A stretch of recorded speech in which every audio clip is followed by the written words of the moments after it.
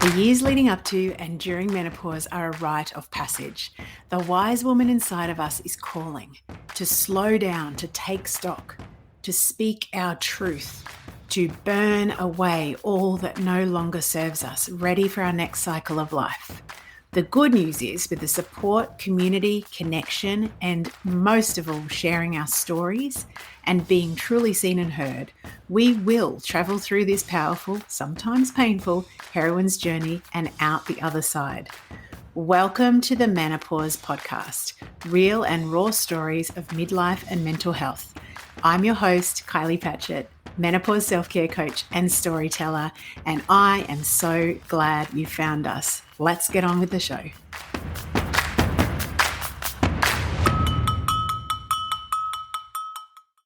always have to start with a little boogie. Welcome to the podcast, everybody. This is a brand new episode, and I have the beautiful Dee Light with me today. How are you, Dee? I'm very well, thank you, Kylie. Great to be here. We have accidentally matched each other in our attire today.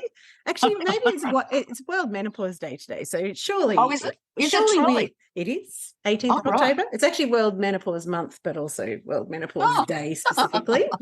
And it's actually all about heart health, which is actually quite related to what we're going to be talking about. But anyway, before I get ahead of myself, could you please introduce your lovely self to our listeners, please? Okay, so I'm Dee Light. Mm-hmm. Let's say I've been around all things energetic for maybe 40 years. Mm-hmm. So I'm 67. Yep. So, it's been a huge exploration for me, really, since I was about 27. Mm-hmm. And then really catapulted once I met my husband when I was 33, who did a lot of body work. And so I have explored all things energetic related to my own health for years and years and years. Yep. I have the capacity I've discovered to therefore be able to pass on knowledge quite succinctly to other women. Mm-hmm.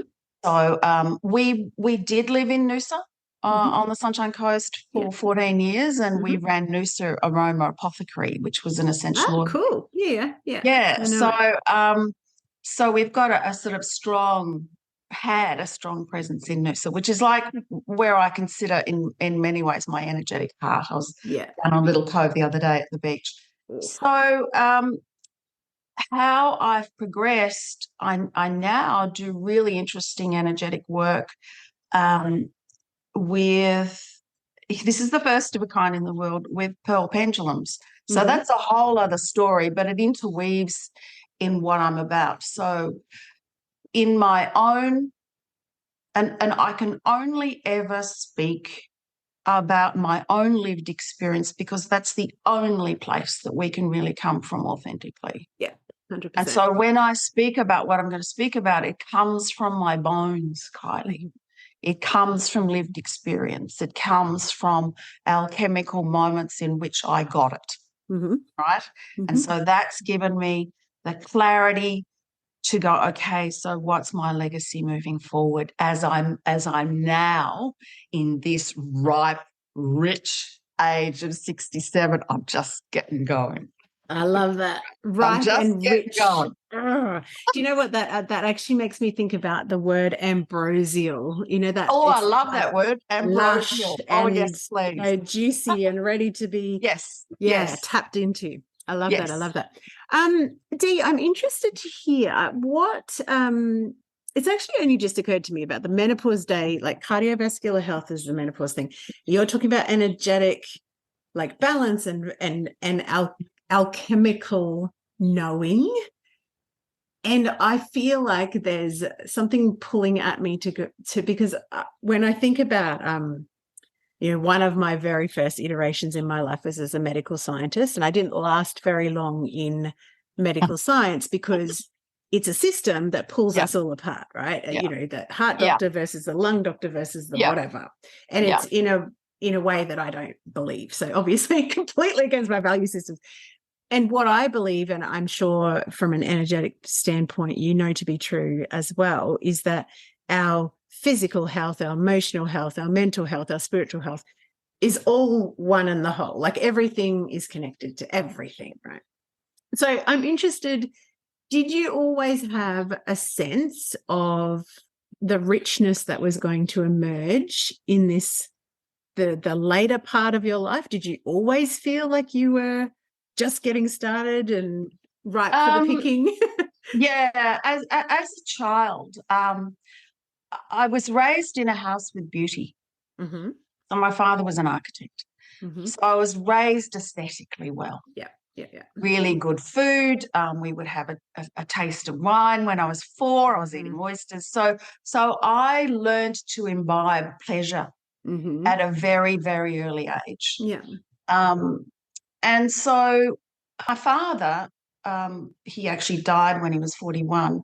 But I remember, and because I did ballet and I was on the stage, and I was quite chubby. So, at 8, I was on the stage in Box Hill in a pink tutu, and I just loved that ebullience. The word is ebullience of not knowing anything else, than that. The spirit that flows through you. And then I remember when my dad said to me, nothing against my father, but he said, won't it be great when you lose your puppy fat?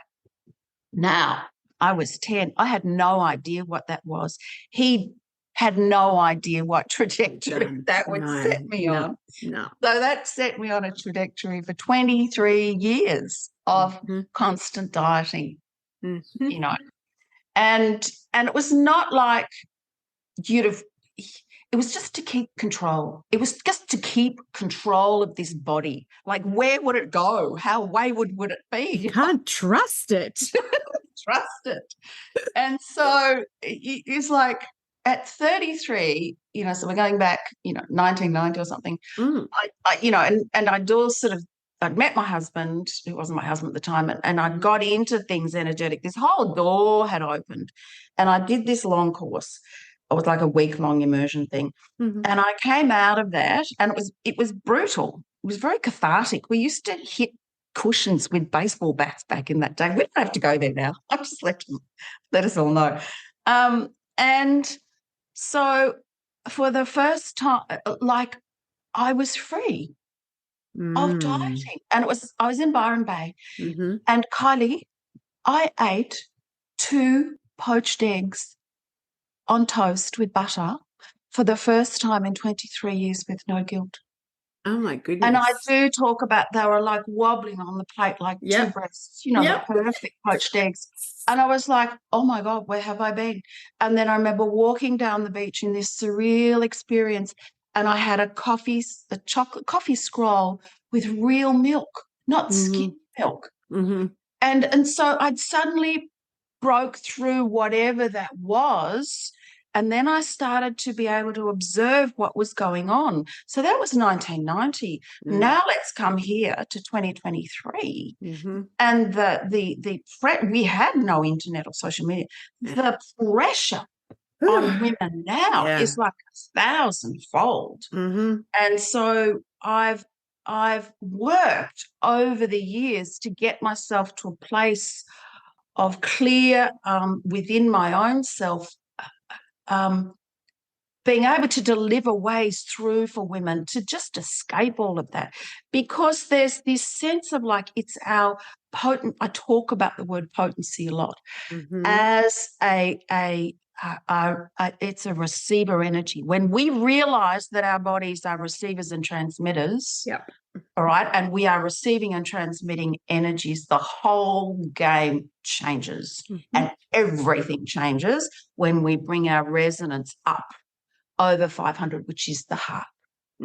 So you literally move into a different dimension, a dimension in which you cannot be controlled by anything else. So you found your, and I'll use the word sovereignty in the pure sense of the word, you found you. You found you. Yeah. Back to self with a capital S, right? What you're saying about social media, like there's so many positives about social media, but I was just speaking with another guest about the incessant messages of how to be a perfect parent via social media at the moment. And so as helpful as social media can be in some ways, there's so much noise that people are letting into their bandwidth, or receiving, to use your language. Is it any wonder that we seem to be getting more and more lost or more and more disconnected from our truth? Because if there's so many layers of messages, it's like you can't cut through the fog. Well, it's like a radio station, it's all these sort of frequency bands. And so what I've discovered is this constant doorway, which is like on the charts I work with is 500, which is when the heart gets activated. And that's almost like, let's go through the eye of the needle. That is the moment where you have to let go of everything that isn't your authentic self, and everyone who isn't aligned with you. Okay. But not so there's a system of like defragging your whole energetic field. And I'm not just talking now, I'm talking ancestral line, epigenetics. So what we've inherited. So this is where we can go now with speed. We need to go with speed because there's a lot of us. And so there's this defragging of the field. And so you return, and the only connection you have is directly to source, which is the only voice that you listen to from here on in. And that's where your power comes from. So you can get distracted. I mean, it's a lolly shop out there, and then there's all lots of things coming in. But the voice that you hear is unique to you. None of the other 8 billion on the planet will hear that one. And when you hear that, and you get in touch with that, then you can gradually move your frequency higher than 500, and you move it up. And then the speed is in the stillness, all right? So of just being that, where you cannot get distracted, and you are only listening to that which is guiding you to the next step of how you're going to contribute to the planet, particularly when you get to this age. Completely opposite to the controlling, or the, like you were saying before about like, what would I do if I just let myself eat? This is it's the polar opposite. It feels it's like the to me polar what you're opposite, talking but there's a little proviso in here, Kylie. When we make friends with our body as our cat's whiskers. I love that. Okay. Then it because this is where our consciousness lives deep embodied, right? It's that somatic yes or no feeling. When you're in touch with that body in that way, in the fullness of that, because you're really embodied, your body will tell you exactly what it wants to eat. So not your will, not your mind, not the voices in your head, not your deprivations or your guilty pleasure, all this sorts of, not all of that sort of stuff. It's like, what does your body require right now to work at its optimum level of health? Simple. And the moment you get that, everything changes, because no diet in the world, no eating plan, no keto, no paleo, no vegan, no whatever, holds any sway over you anymore. I'm just going to eat what my body requires. End of story. And if my body requires red wine, my body has red wine. Exactly. It seems to me that as we're talking, the feeling, like, I love some of the language that you're using. Like, I'll use my ambrosial word, the ebullience. I can never say that word. That ebullience, that's right. Yes, it's got the I in there. The feeling, I don't know, what's in my mind language wise is just coming home. So it's almost like clearing all the stuff off the windshield of all the outside messages, or the plug and play systems, or the one size fits all of the conditioning that we've received about what it is to be a woman, what it is to have a woman's body, blah, blah, blah, all of that stuff becomes just noise. Yes. I'm interested, when you've mentioned 33 a couple of times, like you've said, this is the first time that I started eating and enjoying wobbly boob eggs on buttered toast. You've also mentioned that it was when you met your husband. Do you feel like those two things were connected? Were you I just think on ready to come some, back? yeah, there on some levels, 33 is a significant number. Yeah. For all sorts of reasons. I won't make that significant. I'll tell you what, I don't make anything significant, including myself. So then I always have the capacity to evolve, to move, to show up how I'm required. Yeah. There is so much information in terms of cosmic, numerological, out there information that I sort of cherry pick from as to what's going to be relevant for the work that I do. But I tell you what, if it, my husband always says, if it doesn't grow corn, I'm not using it.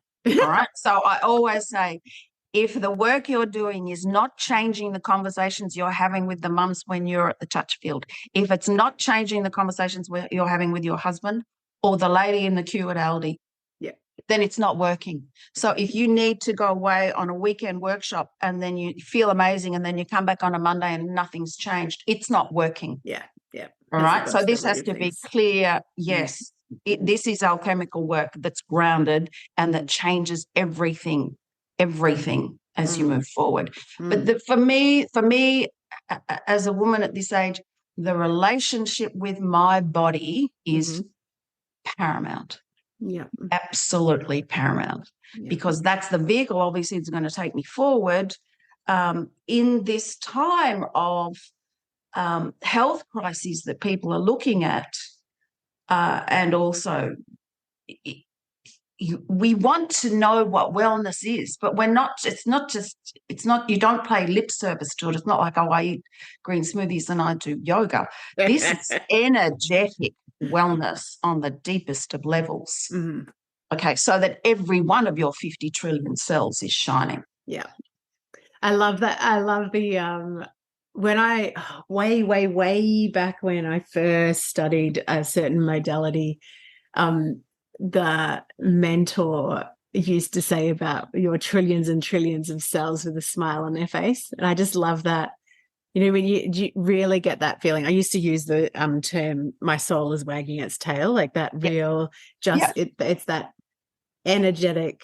Yeah, it just feels like a vibration, but it's also very, very still and just, I don't know, right is the word that's coming to my mind. Like the rightness of the feeling. Well, when you're, the interesting thing is, so we've got this collaboration going at the moment, because when we look at the earth, we're going through the rumbles, huge rumbles, right? You know, we're not going back to where we were. So she's evolving. She is a consciousness in herself. So as she's rumbling, we better rumble with her and we better go with her. So we have to raise and match our frequency to hers, because we are of the earth. So we have a choice as to whether we're going to go the full medical model and implants and all of that sort of technical side, or whether we're going to actually see our body as the most extraordinary technology that is a light capacitator. And when we understand that on a scientific level, so this is none of what I say is woo-woo. I dare anybody to challenge me on that one, because I'm a living example of what it does when this works. So it's like we have to listen to her. She is the operating system of the new earth. She has that. When we go out and we walk in nature and we receive those energies and the sun, you know, and we are in such a beautiful place to receive it from the waves as well, from the ocean. So then we are literally lighting ourselves up from the inside out. Yeah. You know, so what gets in the way of that, however, first and foremost for us as women, is guilt and shame. So, you know, if you're looking at David Hawkins' work, so you looked at that sort of map of consciousness, and what lives at 50 is guilt and shame. So what are the two main emotions we as women have? Guilt and shame. So you're not going anywhere while they're in place. They're like anchoring you down, and you're like, you want to rise up? It's like, no. And so, you know, concrete around my feet.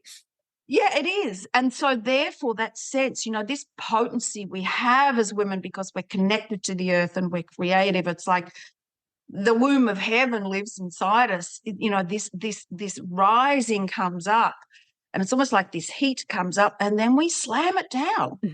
We slam it down and we shove it under the carpet, and then we're such a good girl. We're so nice, but we slam it down. And so that heat festers, that resentment, that anger. I was thinking about it this morning. So many women don't have the birth that they choose to have, right? And that is carried in their cellular matrix from there on, right? The energetics of that. Everywhere where we've been refused or held down or be told to be quiet or be a good girl or whatever, that creates heat and pressure in the body. Now, if you can't alchemize that and release that, when you head into perimenopause and menopause, what do you do with that heat? It turns into rage, my friend. Well, it turns into rage, and then it festers, and then all sorts of things happen because we're not taught how to alchemize clean anger as a tool. Well, we're afraid of anger. Overall, generally, women are afraid of anger. I was just talking earlier today to a psychotherapist, and we were talking about relational trauma, and she's actually doing a PhD in cardio boxing as a way of moving, like taking anger from unhealed trauma, particularly of the, violent form. Yes. And transmuting it into something very different. And I was fascinated by that. I mean, to me, it makes sense anyway, because that's one of the ways that I choose to move through that type of thing is like, okay, I want to honor how I'm feeling and allow this depth of big emotion to actually be in motion, because I definitely relate to like, keep it down, keep it down, keep it down. Like, and I think for me, particularly if your anger is self-directed, that is, I reckon, one of the ways that we suffer through perimenopause, because you can't keep it down any longer. No. And it has to go somewhere. Yes. So I'm just interested. There's so much talk about perimenopausal rage. And I'm like, would it be there if we just, like, and that's certainly been my experience, if I had just learned earlier in life to be safe with my full gamut of emotions and to not disconnect from my body every time I felt that. So because, the unsafe you hit the nail on the head, and that's my job, is to actually say, hey, you don't have to go through this. I had one hot flush. That was it. Yeah. Okay. And that was, it was, but the other things. And I think I said, this is the bit that's not spoken about because we're not in the club.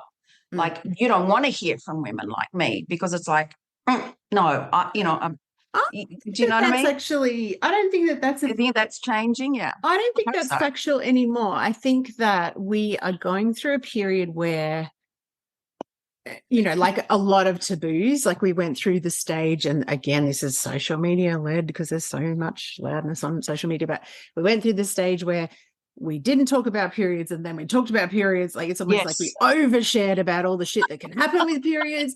And now we've come into the middle. Like, I think that there is a pendulum of, I think it's a good thing we're having more conversations about menopause.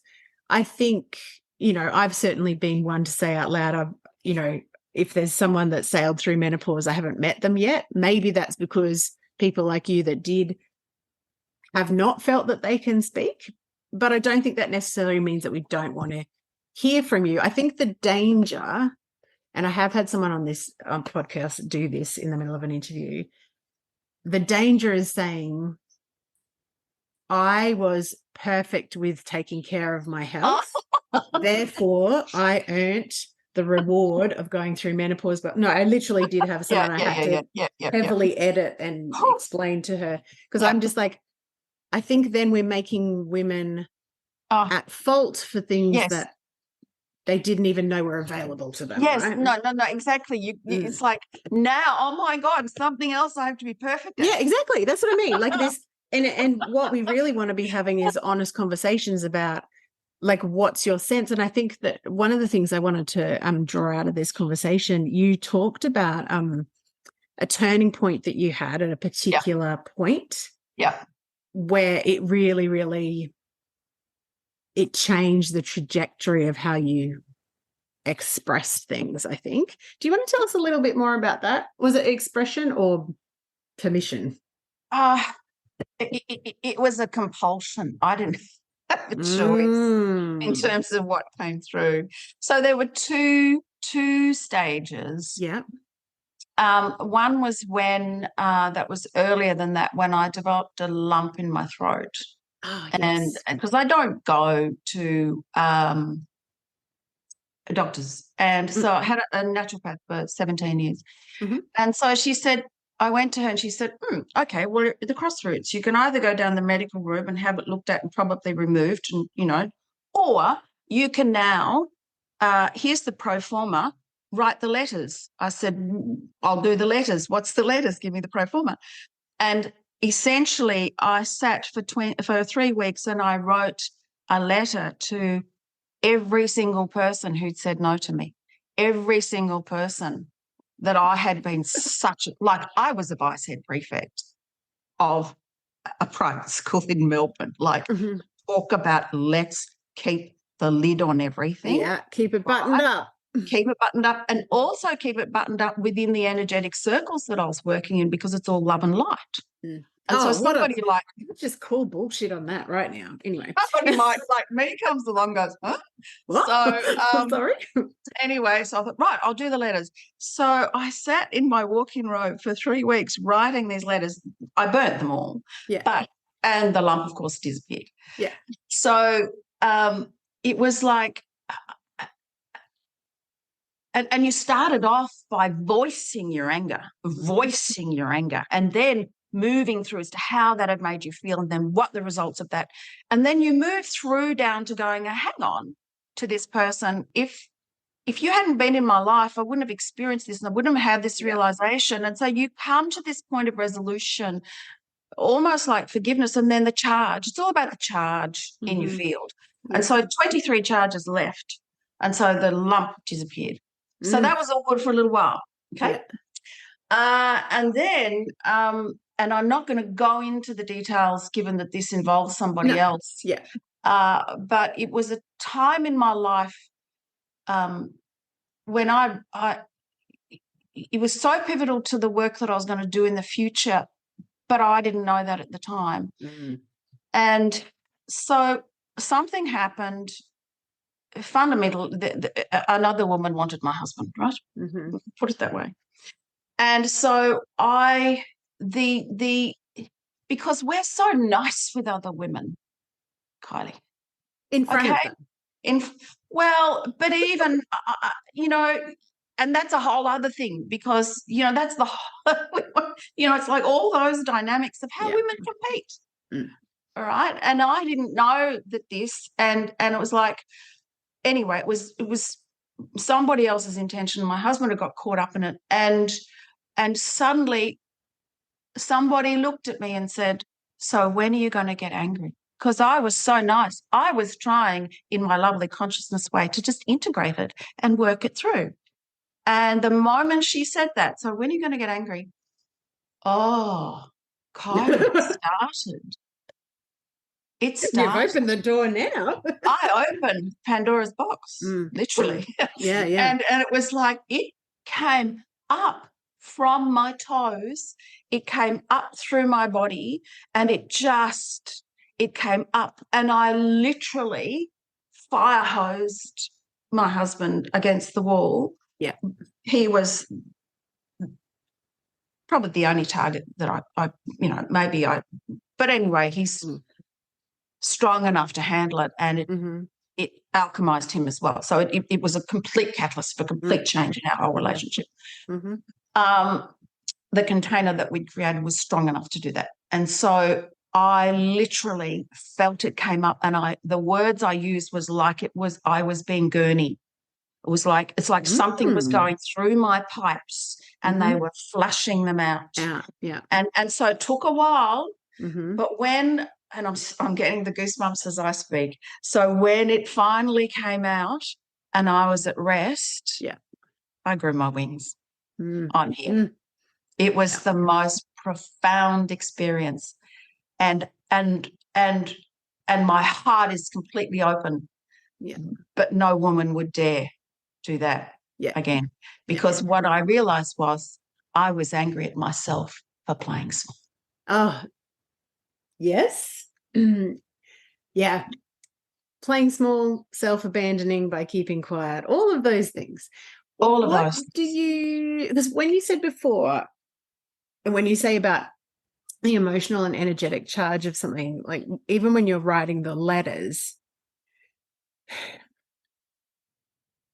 I feel like there is always blessing in everything. Like there's two sides to everything. Yeah. And it's when we can see and appreciate both sides that then the charge disappears. Do you look back now at this happening and feel like there's a purpose to all the years that you didn't do that because it needed to be a big enough gateway for you to step through? Like it had to be that powerful shift? Absolutely.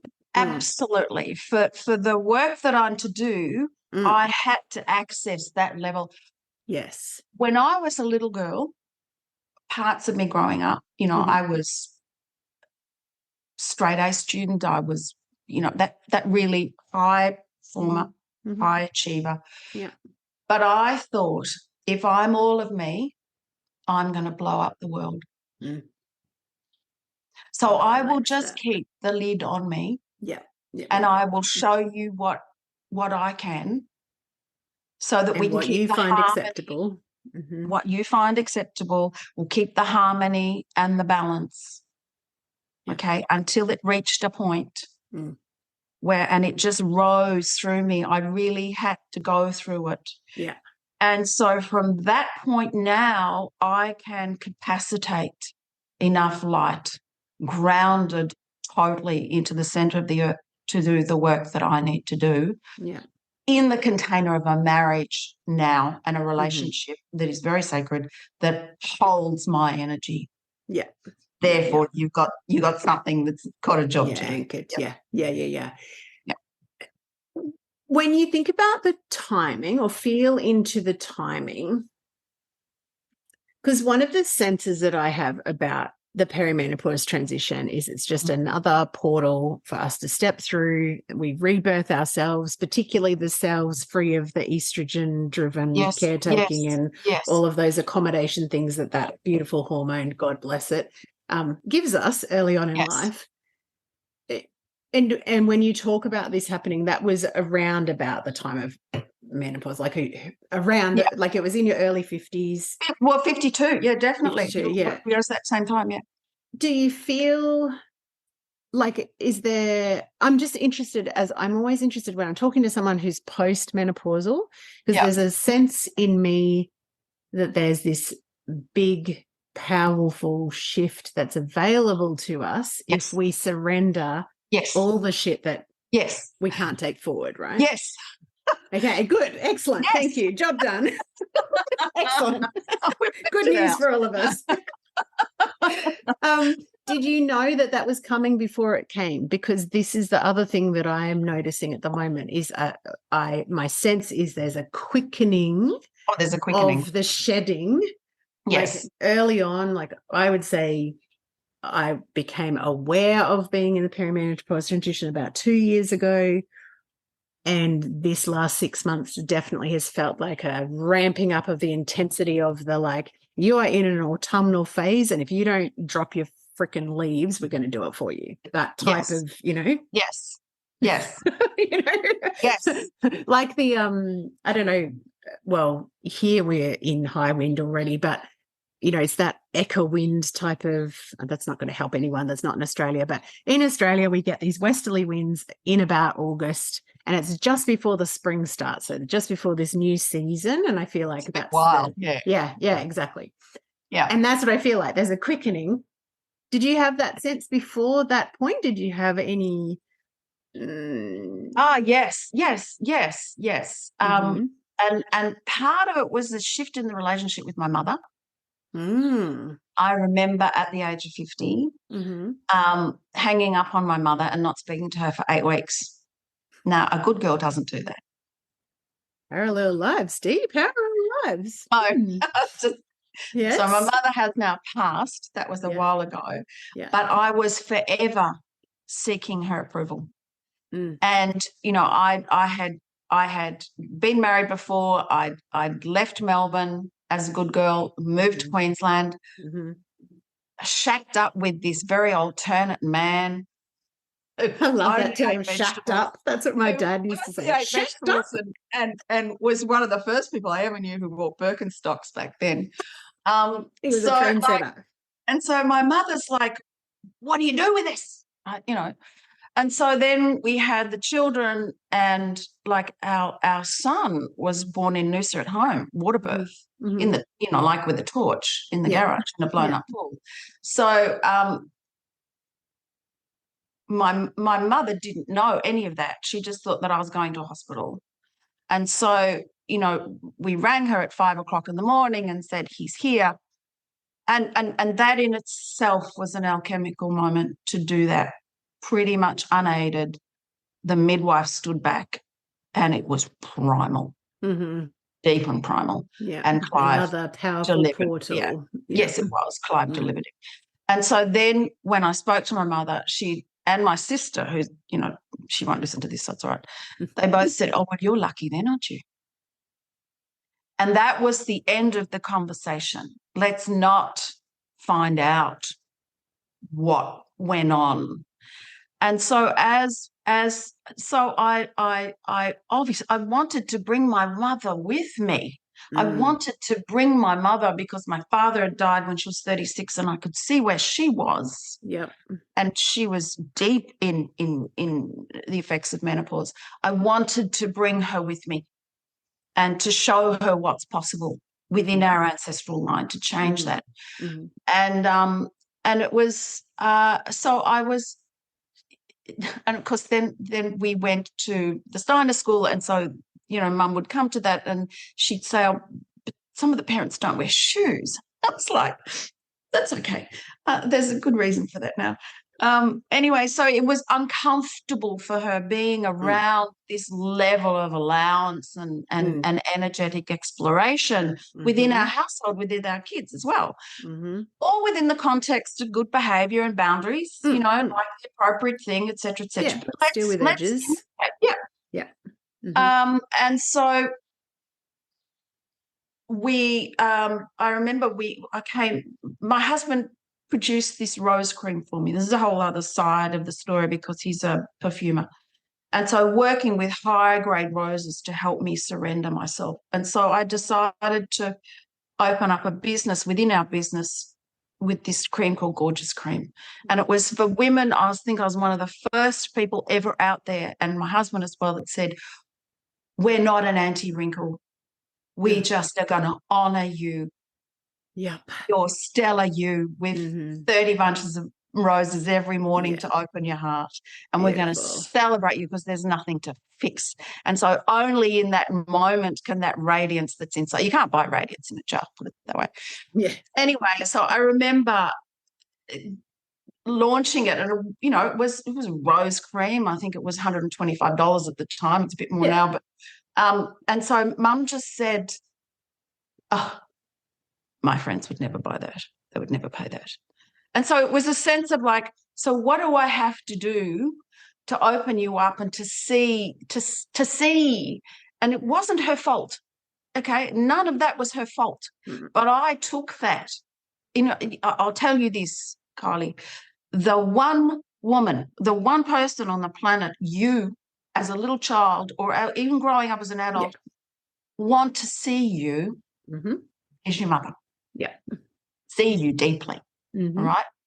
That's not necessarily going to happen. So there's a moment in which you accept that and you go, I am now going to become my own mother. Oh, this is I actually, will now parent yes, myself with my own myself. mother, my Yes. own father, my own divine feminine, my own Yep. divine masculine. And there Yep. comes the alchemical. The Mm, alchemical marriage which births the Christ energy. That's what mm. happens, which is unity consciousness, which is Cleanness. Yeah. unity consciousness. Okay. Mm-hmm. That's what we're talking about. So I had to. And it was my husband. When I was on the phone, he looked at me and he went, Yeah. like, hang it up. And I did. And he went, good. He Mm. said, we don't need your mother in our bedroom anymore. What a Oh. profound statement made by a highly perceptive man. And Yeah. I really hope a lot of women pick up on that. Mm, mm. Okay. Because we will never, ever get our mother's approval if we keep seeking it. We Yeah. have to come from that place within ourselves. But And also, so part of all of that was what that led. So I mm, could feel it moving. I had no choice because I'd already set the intention that I mm. was going to fly with this a long This time is ago. Yeah. such a perfectly timed conversation because I am just in the middle of that. In fact, I was writing my journal last night and I wrote something along the lines of I've decided to be my own matriarch. And Oh, I was just like, oh, oh my God, in that one sentence. yes. Because as you're talking, I can see the mother and the construct that was so different to how you were living and what you desired for yourself and what you valued. That it's like two different languages and no one's bothering to try and interpret, right? And I feel like that too, but I've only just come to a point where I haven't craved what is not ever going to happen. Yes. And I have to say that my naturopath was very instrumental. She worked with me for 7. She's retired now. Mm. But I remember her saying, it's not going to change, No, Dee. no, She's only, as she gets older, she's only it's becoming going to more be, solid. yeah. And so every time you want to try and poke the bear and everything is Uh-huh. only going to cause her pain. Yeah. So she said, what do you choose? Yeah. And I said, I don't want to inflict pain. And she said, then choose the conversations that you have in common and work on those. And so that's what I did. Yeah. The interesting thing was, though, when she passed, I was able to work with her in that passing on another level. Mm-hmm. And it was through her generosity within what she left to me financially that I was now able to create the legacy that I'm now creating. So my mother has played a huge energetic role now since she passed in enabling me to go to this stage. So there was a baton change on another level, which was superb. Yeah. And if she hadn't been the mother that she'd been, then I wouldn't be the woman that I am now. And so you you can't, have to look at it all. You can't take one without the other. Shit, it was hard. Yeah. So with the because the autumnal thing I was talking about, to me, that is a phase of psychological separation. Well, psychological and spiritual, physical, all sorts of separation. It's the cleaning of, cutting off the dead wood or whatever, shedding the leaves, however you want to say it. When you set that boundary with your mum, there was before 52? I think it was 50, 50-ish. Okay. Because that's the same sort of thing. And I feel like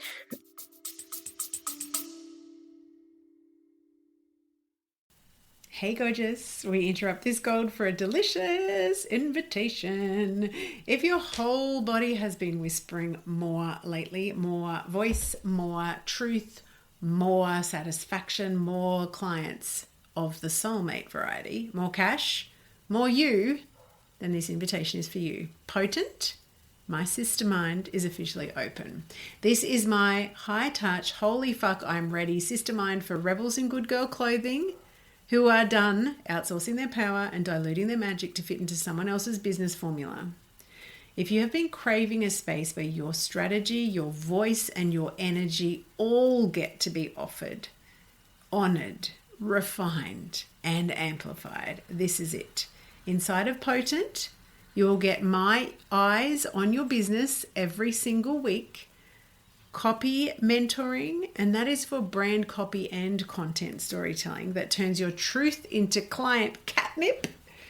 Energetic recalibration that helps you unhook old learned limitation patterns, keeping you quiet, not being seen, not being heard.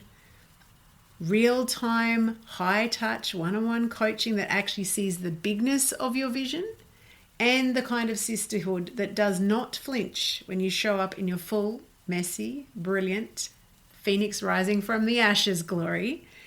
This isn't surface level support. It's deep, potent, paradigm shifting work that changes who you are as a woman in business and a woman in life.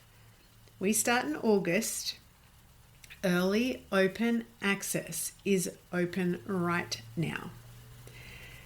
For the month of June 2025, inside of this early access open doors period, you will receive juicy bonuses, extended payment plans, and access immediately to my entire library of storytelling gold. You'll find all the juicy details at kyliepaget.com/potent. And we fill spaces, and there's only 10 of them, and more than likely only 5 by the time you listen to this, because by that time I will have offered them to the existing cohort, the beautiful original OG circle. We do actually take applications on a first come, first served basis. So come and apply, and let's get back to the magic of the episode. One of the things that I've been shedding is a whole heap of relationships that have just echoed the same energy of that never going to have me over delivering and being the caretaker. Yep. And not receiving. And I just set it up again and again and again and again and again because, that's what you used to. But now that the boundary has been set around my mum, all of a sudden it's like, oh, hang on, we'll put these actual glasses on and see what's actually going on with all these other relationships. And so I'm like, snip, snip, snip, snip, snip, snip.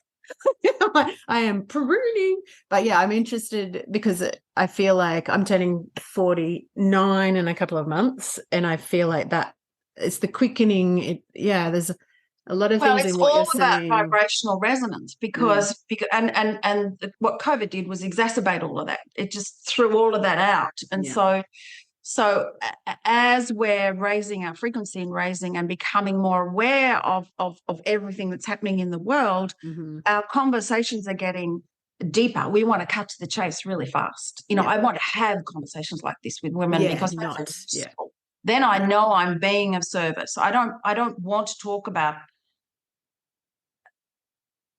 I won't say anything, but I can't. I'm not your best guest at a dinner party unless you really. I used to say, so women would come into the shop and they'd go, oh, do you have anything that's going to take away my wrinkles, right? And because I'm thinking of doing this, right? And I'd go, okay. So this was years ago. And because we had Ricky's. Do we still have Ricky's? I'm not sure. We had Ricky's in Noosa. It was the place to do lunch, right, for the women. And so I'd say, okay. So I'm just going to pose this to you. So you're going to go to Ricky's and there's 2 tables. So you're going to sit on the table with the women that have had the work done. Or are you going to sit on the table with the women that haven't had the work done? And every time she'd look at me and go, oh, of course I want to be on the table where they're all having fun. Because we're drawn like magnets, given the permission to just be authentic, to just be in the rumble and the richness of what it is to be a full-hearted, present woman, And absolutely. I have friendships with women who are a lot younger than me because they're open to receive me. There are less women in my age group ready to receive me. So my job is to work with you, and then the younger ones coming up, and it's like, okay, I'll be this big energy here because I can. and I'm supported by my husband within this. There's two of us. And it's like, I'm here for it to be that, because now it's so much more challenging. Now you're up against it so much more than I ever was, because we didn't have social media, and we didn't, life was simple. We didn't have those financial constraints and all the other stuff that goes on. So yeah, that's my role now, is to help your generation and the next one navigate these times as we roll through. But of course, you've already come with an accelerated time. You've already got the memo. if I put I think I really relate to what you were saying before about when you were younger, feeling like if you let all of yourself out, that it would it'd be too much, too much energy, too much light, too much excitement, too much passion, too much swearing, too much color, too much, like all of those things. I just want to come back to what you were saying before. When you were saying about women of your age, what do you think is the barrier between them and you being received? It's a generational thing, right? So I was the little fish that swam the other way. I was the Mexican crab that escaped the bucket. Right? Okay. But what I can observe now within my age group, and this is an observation, this is not a judgment. You're really clear about that. But within my age group, in sort of the 60s and beyond, it's been a very comfortable ride financially for them, and so there's generally. So there's an accumulation wealth, but we don't rock the boat within that. We don't rock the boat. And so husbands will go through their own questioning and their midlife crisis, and they'll shut that down as well. And things that should have been said have never been said. And so all of that keeps a lid on things. So we don't clean out the bottom of the barrel. We don't scrape the bottom of the barrel and go, okay, so how can we be present with each other in this moment as if it's the first moment we've met? How do we create a relationship like that so the next time we make love, it's the first time we've made love? How do you bring a newness, an energetic Christmas and clarity and strength to a relationship? And you do it by scouring everywhere you wish you'd said and saying and clearing what you never did. And that will bring the connection back. That brings, but if you don't do that, then you get distracted by material things. Yeah. And so the material things try and fill up the dark in here. I go the other way around. I'd rather fill this up, and then whatever material things come into my realm that I'm to have, I'll have. But I'm okay with nothing. Yeah. Because I have it all. Well, because you're full. It doesn't, I'm full. You're not trying to replace or look for something or whatever. And so what underpins that is the guilt and the shame. What underpins that is early childhood trauma. What underpins that is where I didn't have a good birth. What underpins that is like where he had an affair, I knew, we never talked about it, or we got back together for the kids and then we've never resolved it. Or, there are so many things that where it's like, we're just not going to talk about that. My mother used to say that we don't talk about that in our house. My mother doesn't even say that. It's just not talked about. Yeah. And so you can feel that. Feel that. The weight of it. Yeah. I want to talk about it all because I don't have a judgment on it. And this is the alchemizing of it all. Let's just bring it all up, explore it, because we're all in the same bloody boat. Yeah. None of us. We're all here in this realm together.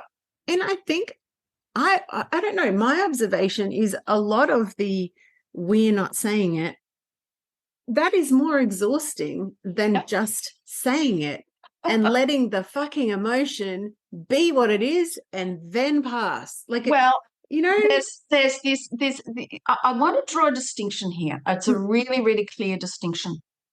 If you can learn to, and I use the word alchemize, but just bring your anger up to a point where it comes through a clean, clear throat, then it is received. Yeah. And it's heard. Because it's clean. Yeah. Because it's clean. And so you've got to be able to learn to direct it. And so that's a skill. That's a learned skill. Oh, God. To be able to do that. Yeah. But it's achievable. It's achievable. And so when you do that, because it's coming from the heart, the words come from, they're not wounded words. They're clear, clean words. Yeah. And the other thing too is that you are sometimes disempowering others if you don't say this. Yeah. Because you're not calling them out, or you're not giving the opportunity for them to change, because you're not going to change back. Yeah. So you're the invitation for something higher. Yes. Yes. You're always, when you start viewing life in this way, always focused on the highest good of all, always focused on the whole, because we're all one tiny bit of the jigsaw puzzle of the whole. So if I can do this, then it affects the whole. And so what happens is that the people who reject that, because there will be people in your life that your light is just too much for, in the sense that you rub up against them, and so they're going to project back on you, and it's all your fault. If those people are not willing to see and to connect, then no, that's really hard work. I would rather direct my face to the sun and go for those women that are going, yeah, I'm ready. Let's have a rich conversation. Yeah. You know, for me, doing the work I do, for me, the greatest joy I can have is to be received. You know, you are giving me an opportunity in this hour to be heard. That is the greatest gift to me. Yeah. I truly appreciate that. Yeah. Do you know, thank you. Yes. As you're speaking, there's something in my mind. I have been really aware that I have no reference point for any woman, and I know that that's a huge statement, but any woman in my life that I am connected to, family-wise, or, you know, friendship circles that I've had for a long time, that I have been able to use as a reference point for a woman who is well resourced because she meets her own needs.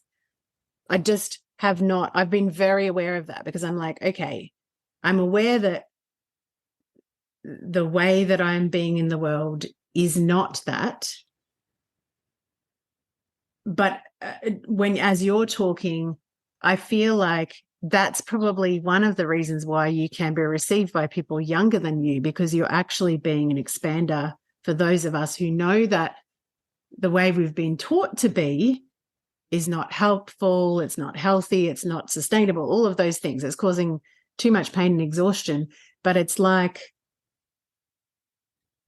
I don't know whether I speak for the majority of people in my age group, but from my personal reference point, I've got no, you know, it's kind of like, if you can't see it, you can't be it, although I don't actually entirely believe that. But do you know what I'm trying to say? Like, there's no reference point for me for a well-resourced woman. I'm part of that cohort, I realise now, to be that. And that's why I've had to go through what I've been through with my marriage and with my husband. So we are part of that cohort that says this is what's possible. Yeah, this is what's possible. Do this. And you mentioned something about being well-resourced. One of the things we learn the higher our frequency becomes is that we don't have to necessarily be well-resourced financially with a lot of super in the bank. Oh, I don't mean that. I mean, no, sorry. So when I say well-resourced, I mean satisfied with life, richly, you know, that all of those beautiful, juicy, and a healthy sex life. You know, it's like, I remember speaking to some younger women, and she said, "Oh, I thought it stopped at 50." Oh, and I didn't get that memo. Oh, I said, "Love," I said, "Time's a ticking. Let's have a chat." So it's like, this is the fullness of the female body, that it can go on and on and on, But to get to that place, it must clean out the pipes. It must come to this point of fullness and juiciness. And one of the very, very, very best things a man ever said to me was an older man, and I'd left my husband, and he said, "You will age like a Grange hermitage." Now, for any listeners overseas, that's our top shelf red. Yeah. And I thought, oh, I like that. So if there was a moniker that I could say, like, okay, so let's make us mysterious, let's make us rich, let's make us full-bodied, let's make us multifaceted, a little bit enigmatic, a little bit magnetic. What is it? I want what she's having, but I can't quite put my finger on it. No, you don't want what she's having. You want what's sitting there available for you to have when you choose it. Yes. Yeah. Yes, because we're all fully resourced when we tap into source, into that energy. And that's the mother energy that will flow through us with such fullness. And then what happens is we become our own toroidal field. So our heart opens and we ourselves become this access point for infinite intelligence and infinite energy. And not only that, this is the next, this is the next, receivers, this is the next thing. We regenerate. So we're moving into that place as we shift and change into regenesis. So we start to actually come back to, because we've got a new divine blueprint being activated, and that is one of renewal, of resurrection, as we come back into ourselves, as we move into these high frequencies. But we have to, the one thing, if my husband does this talk on women receiving and roses, and the one thing, and I will absolutely bring it back to him in this moment, he chipped away. I was a hard nut to crack at 33. Oh, God. I had worked advertising. I'd had a government job with a top secret. I mean, like I was going for it, right? Yeah. And he gave me, when he first met me, he gave me 18 long stem roses. I didn't know what to do with them. So he had to chip away and chip away and chip away. And I remember we had this wonderful dog called Betsy. Little Betsy, and Betsy used to just lie out in the sun, and she just suddenly you'd be walking on the path, and there would be Betsy, like love on me. I think, oh my God, I've got to do a Betsy. I've got to be able to just roll out in the sun and just. And I remember I did. I think it was around that time of the mother thing, but I can't quite give the date. But I surrendered. Something kicked in, and it was like, oh, I'm surrendering to me. There's this huge cosmic joke. We are for looking for love all the time. When we realize we are love itself, when we realize that we are it. The joke is on us. The joke is on us. And it's like that little moment you go, oh, there's nothing outside of me. I'm okay. And not only that, there's nothing to fix. So I don't have to keep searching anymore. So if I'm not searching anymore, how am I going to give? And when I start giving, then I will receive. And I set up that beautiful toroidal energetic flow that allows me to gift and receive. And that's the place that I'm at now. And I think that is they are the energies we're moving into, that where energy circulates, it's gifting, it's flowing, it's coming through our bodies. We're birthing with ease, because now I can birth new projects. Now I can birth new ideas because my womb, she is happy, she's healthy. And even if I didn't have one, I can still energetically clear that space ready for that. Yeah. Right? We can clear all of this now. And that's what's really exciting, because we couldn't do it before. We couldn't do it to the depths and the speed. It wasn't available. It just wasn't available, Kylie. We sort of moving into something different. That's what's exciting, because it's available now. I want to come back to something you said earlier, because I feel like this is also a cosmic joke. You said the speed is in the stillness. Yes.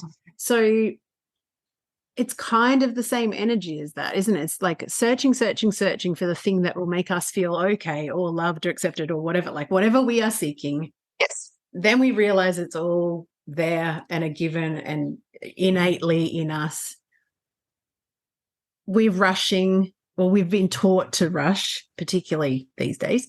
Mind you, I'm like the anti. I feel like I'm doing the same thing you did when you started eating wobbly eggs. Like, I'm just like, I love my small and precious life, like my simple, rich, pleasurable life that has none of the things that I was searching for or rushing towards as a younger person. Mm.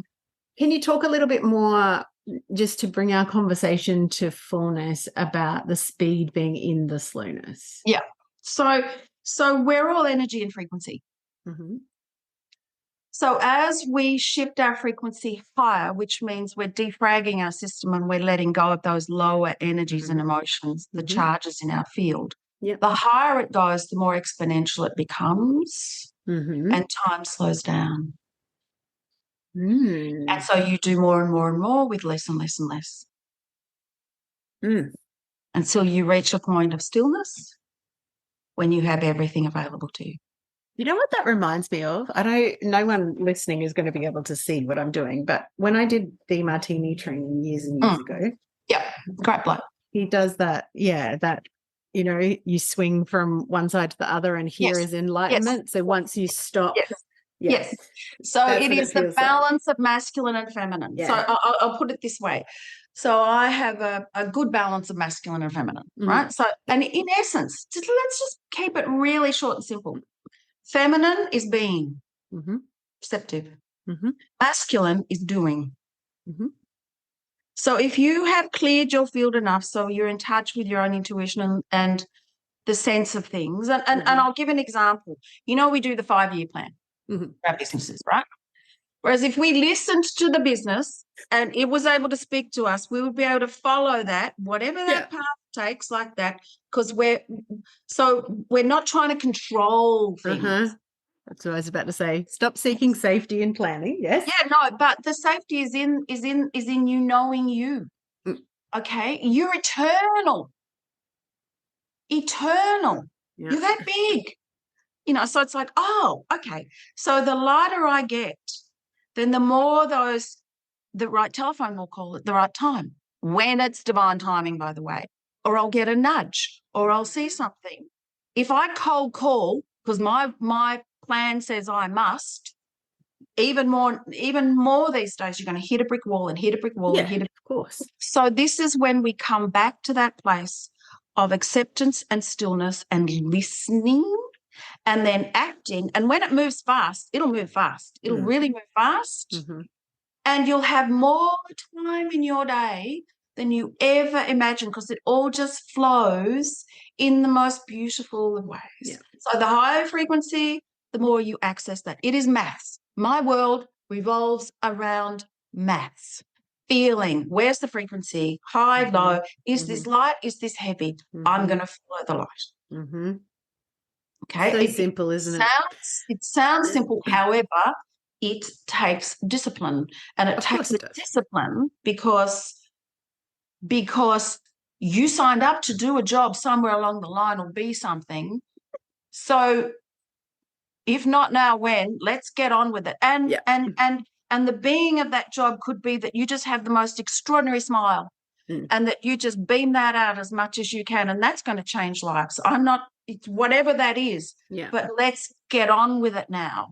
And there's a beautiful, beautiful line that says, when you surrender to what it is that you're here to do, and I hope this line helps some people who are listening, there's a thing called the treasury of light. And it's in Saint Germain looks after it. Right? When you fully surrender to the service for what you signed up to be here at this time now, you will begin to access your treasury of light, which is all the resources that you require and more to live the life that you signed up for. You need to surrender to that. You need to surrender to that. Yeah. And know that that is there. Know that that is there, and that you can pull that through as you require it. Yeah. It is the most phenomenal sense of rock solid security, knowing you have access to that now, and that's what we have access to. Yeah. And like, go for it. If this is my legacy, I'm just going to embrace it with every single one of my 50 trillion cells. And stop questioning and stop filtering it through. Is this right? Is this whatever? I think as you're talking, the Treasury of Light, to me, it feels it's the same sort of energy as the opposite of seeking. It's like it's all there anyway. So you don't have to rush. There's no reason to follow a plan. It's just get present. Keep on clearing out any of the heaviness and use your cat's whiskers to listen. Cat's whiskers. And I, when I was a little girl, my dad was alive, we used to go on car rallies. Now, I don't know if you know what a car rally is. The office car rally. So it had all the hints and the clues, you know. So I see life as a car rally. You know, it's like there's I'll get a little message and it's like, okay, so if I go left here, then I might find that, and then there'll be a little treasure over there, and then I'll keep going. So it's just it's not a linear thing.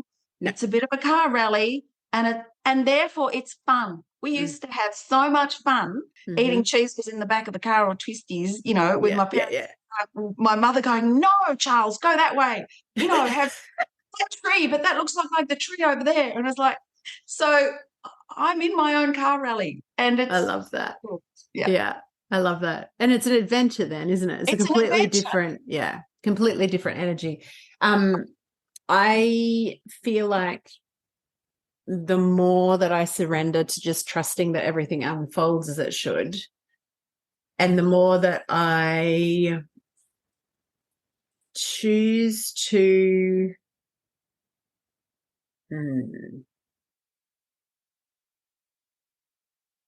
the more present I am,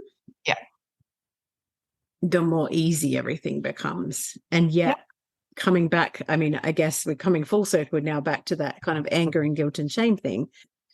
I feel like I've spent so many decades of my life kind of disconnecting from my body sense because it's feeling angry or something that has not felt safe to be able to sort of sit in or express or whatever.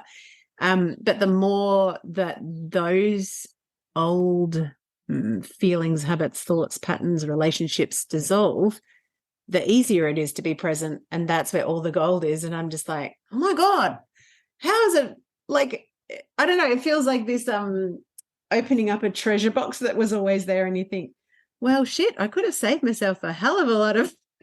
Oh, yeah, I mean, well, there's always that in hindsight. But, you know, and the thing is, too, you know, everybody in consciousness circles is talking about, ascension. We've all, you know, ascending, We're not ascending, we're descending. So your higher self, your large self, is now slow. You're making room within your body and your energetic field by cleaning up all the other stuff for your higher self to land, so that it is the thing that becomes your internal guiding system. And together, when there's enough of us, we can shift this dimension and our reality shifts collectively. That's our job. You're reminding me of and I always get this reference stuffed up, but it's the statue of David. Someone supposedly, and who knows whether this is true or not, but I like the analogy. How did you create the statue of David? I just took away everything that wasn't David. Absolutely. And I'm like, that's it. So, you know, solve the problems of the world. You know, we're not healing ourselves, Kylie. We're revealing ourselves. There's nothing to fix. We're just letting all the dross fall away now, so we can stand fully in who we are. And more and more and more are doing this. And some of the children born now already have that. You know, because that's what's required. You know, I was born at the perfect time. I can look back now and go, everything was set up for this time to be for me to have this conversation with you. Whereby I can be heard. Whereby, come on, there is a way through. There is a way through. And it's so exciting. It's so exciting. It is. but it may look different to how you originally thought it was. Oh, absolutely. Geez, I was thinking that the other day. About the psychological kind of phases or phases it feels like that I'm going through, and it's that separation. I feel like I'm on the cusp of the surrender, and then very different to I thought. Like if you talked to me, 30 years ago, my life doesn't look like what I thought it would, and I'm so grateful for that. Yes. Because I'm like, wow, I was on a highway to disconnection and materialism and all the shit that does not anyway. And we haven't even spoken also about the whole mix of everything that's within when you throw children or teenage children and spouses and dogs and schools and everything else, businesses, everything else into the mix. It's like you're going to have to navigate your way through this with a clean, clear signal. And so that gets easier. And the one thing within here that assists, because when your signal's really clear, you can establish boundaries that are so immutable. Yeah.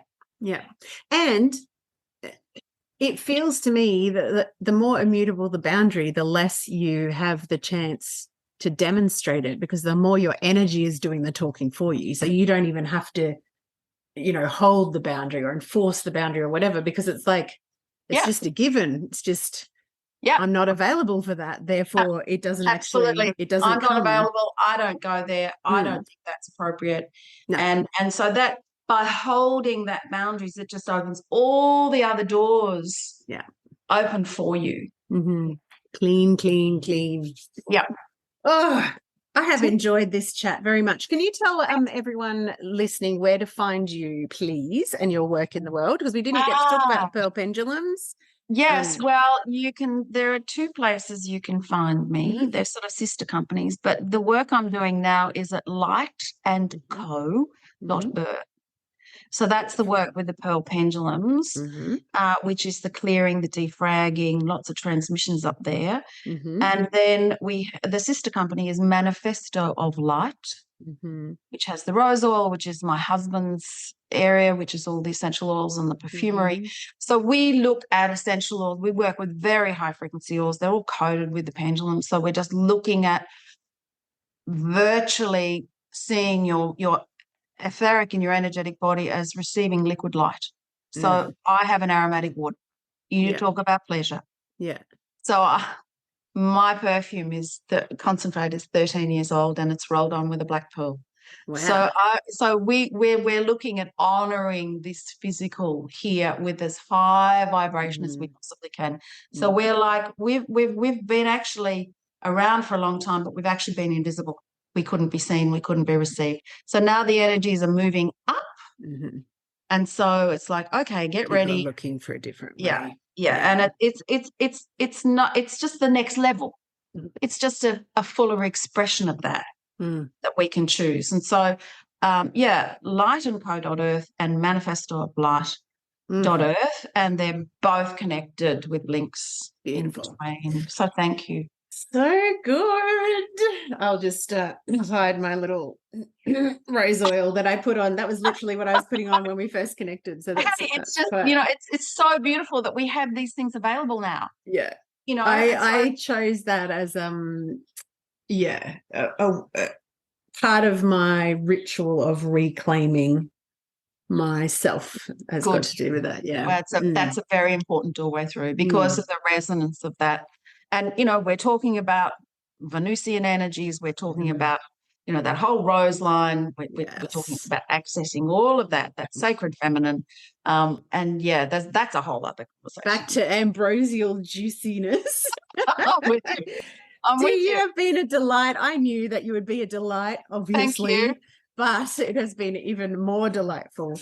Thank you so much for being here. And thank you for being an expander for our field of possibilities for those of us who haven't had a reference point of a well-resourced, as in not necessarily financially, all that, yes, up. all of what's available, because there's so much available, but it's like, how do we make you available to yourself?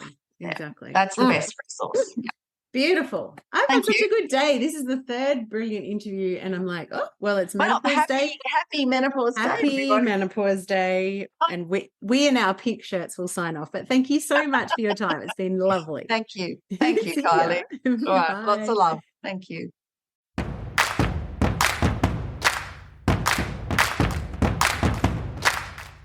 Thanks so much for listening into today's episode. If you love the show, as I hope you do, please take the time to subscribe on your favourite pod listening platform and rate and review. And for bonus points, if you have a friend or someone who popped to mind as you were listening to this episode, why not hit the share link wherever you're listening and send them a little love bomb. Like, listen to this. Did you know this is normal? I really, really, really would love to get these beautiful stories into the hearts and ears and minds of so many more midlife mavens. And your help spreading the love is truly, truly appreciated. Thank you so much. I'm Kylie Patchett, your host, and have a spectacular day.